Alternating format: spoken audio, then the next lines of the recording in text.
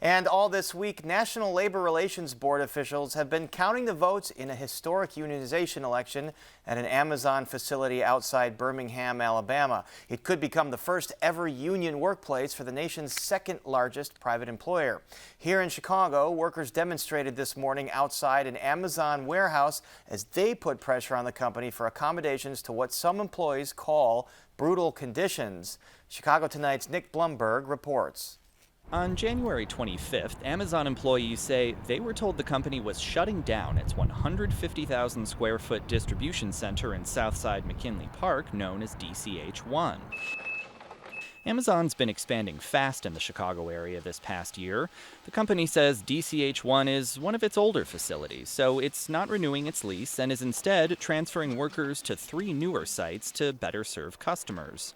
Some employees say that's not the whole story. The workplace was just filthy. They had so many safety issues. Last April, a group of workers at DCH1, now known as Amazonians United Chicagoland, organized what they called safety strikes, demanding PPE, cleaning protocols, and other COVID-19 safety measures.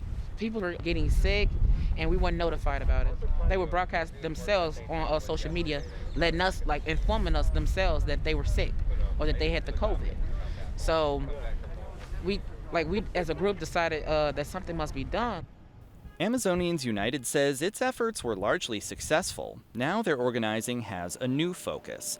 Employees say earlier this year when they were told DCH1 was shutting down, they were also told their hours would be changed to shifts called megacycles, working 10.5 hours from 1:20 a.m. to 11:50 a.m. Mothers have to be home with their children because, they have e-learning, or they have to get them up in the morning, or they have to make sure that that they're down for the night.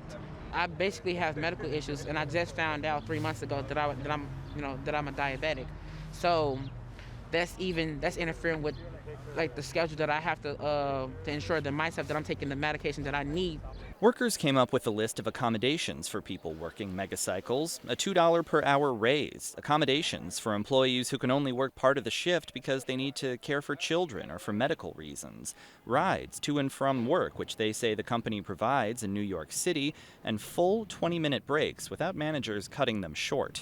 Whether we need to keep handing out petitions or we're going to go back to the route of doing protesting or something else or whatnot, we'll take those actions that are necessary because we've been put in way too many situations to not be given the privileges that we're asking for that are given at other facilities as well. Amazon declined our request for an interview, but in a statement called its employees the heart and soul of the company and touted the pay, benefits, and flexibility that employees are offered. You pride yourself on taking care of your workers, or you pride yourself on ensuring your workers' safety.